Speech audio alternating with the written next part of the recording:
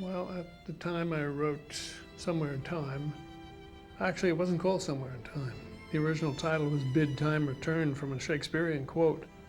My wife and children and I were on a camping trip, and we stopped in Virginia City. In the Opera House there, I saw a photograph of Maude Adams, a famous American actress.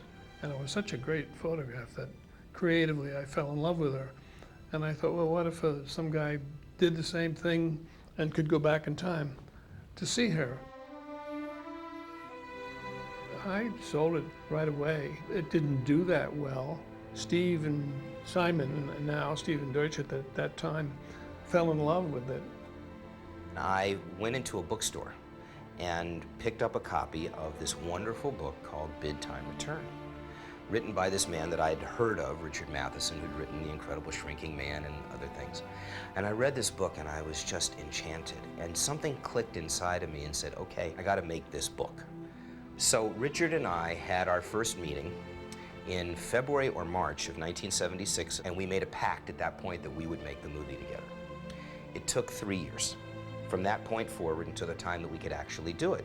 And then in 1978, my boss, Ray Stark, called me and said, there's this director named Jeannot Swark who just did Jaws 2 for Universal. We should figure out something to do with him. Just before Jaws 2 was released, I suddenly got a call from Ray Stark, and he wanted a meeting, so I went to see him. And he said, we have a book here by Richard Matheson called Bid Time Return, but nobody seems to really understand it. And I said, well, I'd like to read it. So I read it that night, and I called Steve the next day, and I said, this is it. I had an instant affinity for it. My problem after Superman was that I was offered many action hero roles, and that didn't really appeal to me. Somebody seriously asked me to play Eric the Red, the Viking. I could just see myself with a silver cup with horns on my head. But action-adventure wasn't really what I was looking for. I was looking for something very quiet, something very different. And I was just struck by this very simple love story that had the unique aspect of time travel. And I thought, as long as we can make it believable about how the character goes back in time, as long as that doesn't seem to be too strange or unbelievable, then I think the movie would work really well. That was my only reservation. I waited a little while. You know, thinking about that, thinking if I could make that believable. And then I decided we should just go for it, you know, that the notion of it was so magical that it would work. I became obsessed with this movie. I read it and I went, oh my gosh, this is the one. It sang to me. It inhabited me, and it was the first time in my life that I just went, this isn't about wanting something, this is about being this character. This is someone I know. I have to do this. I went in to meet them, and Christopher Reeve was there.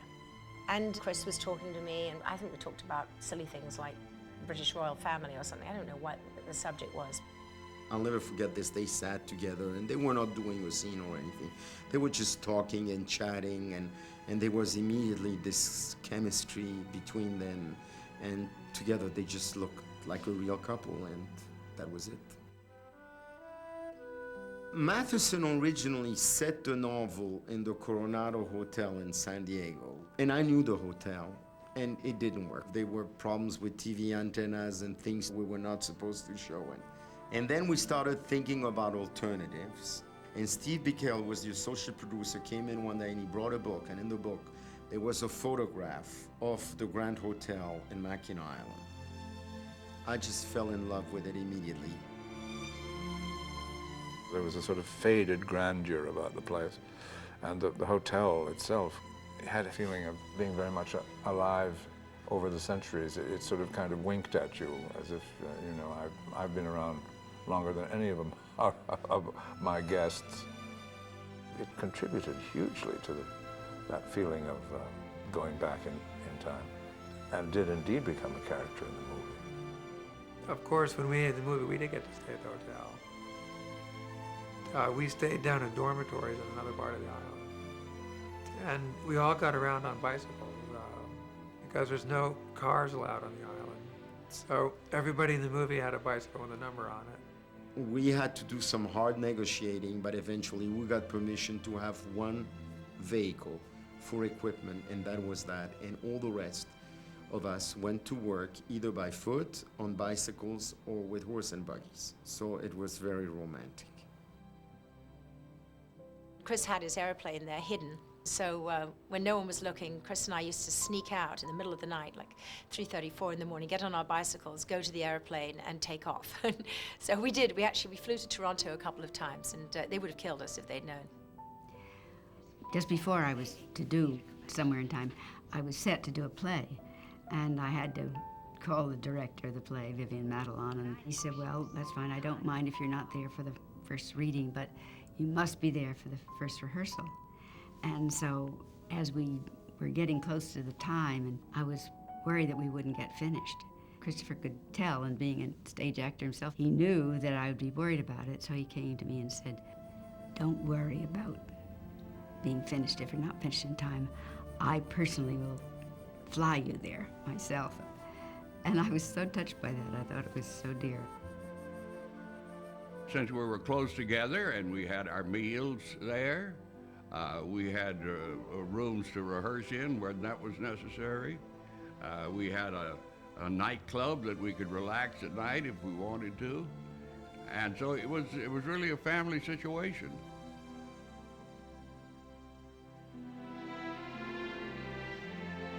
Jeannot had this whole thing planned out, and I was so nervous. And he did this angle and that, all these sort of step 2 steps here, step 2 steps there. It wasn't like two people come together, say the line, and they're together. It took all day.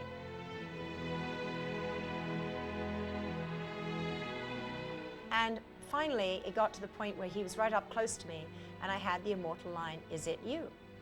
I was so nervous, I said, "Is it you?" Which came out, "Is a Jew," which is really an incongruous line.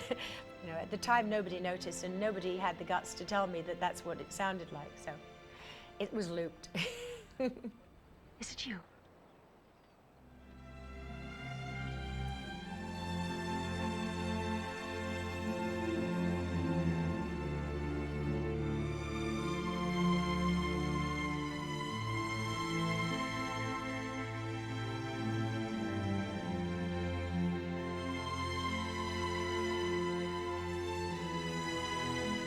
When I read the script and realized that he literally dies of a broken heart, I thought, uh-oh, here's where I may get in trouble. But by that time, the audience is so into the film, so the concept of him literally dying that way is plausible. But what is very curious is that in July of 1995, about 2 months after my accident, I had a very severe reaction to a drug, and it almost killed me. And in fact, I flatlined for 50 seconds. And I actually left my body. And the very same thing happened to me. I was up on the ceiling looking down at all the people working on me trying to bring me back. And fortunately, they tried a different approach and shot me with a massive dose of epinephrine. And suddenly I was back in my body, and all the noise and chaos returned, and I never thought that I would experience something like that ever. But it just made me think of the scene in Somewhere in Time, and we're not so far off.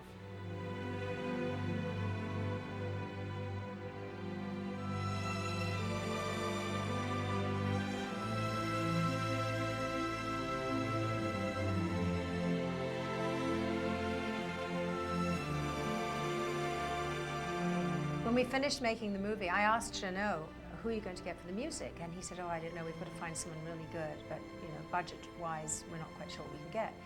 And I suggested John Barry, and he looked at me in astonishment and said, "Are you crazy? We can't even afford to ask him. It's absurd. I mean, he's way too expensive." And I said, "Well, he's a very close friend of mine, and I'll give him a call." And Jeannot said, "Really?" I said, "Yeah, why not?" So I called him up and I said, "John, got to do this movie. It's just the most amazing movie. It's a wonderful story. Read it, please. Just see." I said, "They can't afford you. They can't even afford to ask you. So this is just for me. Just see what you think." And he saw it, and he just said, "I'll do it."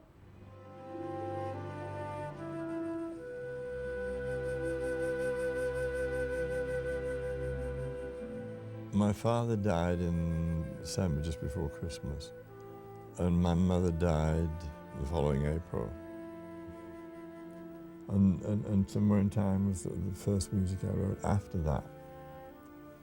I don't usually write like that. I don't write and lay on dramas of my personal life, but that was probably the most shattering experience you can ever have. Your mother and father die within several weeks of each other. And I think that probably had a lot to do with it. We all thought that we could get away with a big, wide release with this movie, and et cetera, et cetera. And we all anticipated that. And the movie came out and pretty much got eviscerated by the critics. I must say, it was not probably a very easy film to sell. It was difficult, it was special. But it was just thrown out there, and it didn't do well. And then I had gotten a phone call from someone called Jerry Harvey, who at that time was the head of programming for Z Channel in Los Angeles. And he had seen the picture at a screening, and he went berserk over it. And then he approached the studio and he put the film on Z Channel for a week, 2 weeks, and they got an enormous amount of mail. And gradually people in LA started watching it. And then as cable spread across the country, and people found it and fell in love with it, and then of course video came along, and gradually it became a cult classic. But I have to say it was really rescued by cable. When it suddenly became this cult classic, when it got onto videotape and just people were watching it and renting it and renting it and watching it on television, then everywhere I'd go, people would say, oh my God, Somewhere in Time, oh my God, that's my favorite movie ever. We'd put so much into the film that it was hard to see it get trashed in the beginning.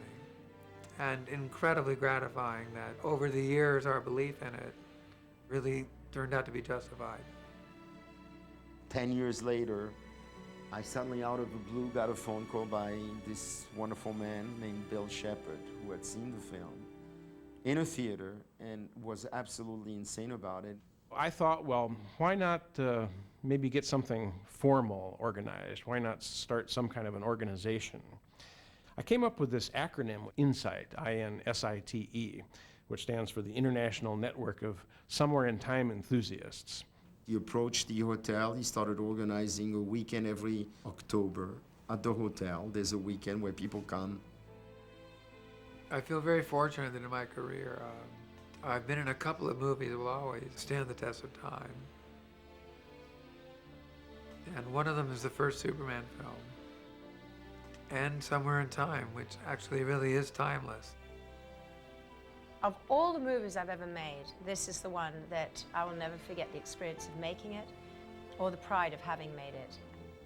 I think just the fact that the film got made and that I spent those weeks with this extraordinary group of people in front and behind the camera. The film has become something which is beyond all of us who did it. It has a life of its own. And I had the honor and the privilege to be part of it. I think that's plenty for me. He told me that one day I would meet a man who'd change my life.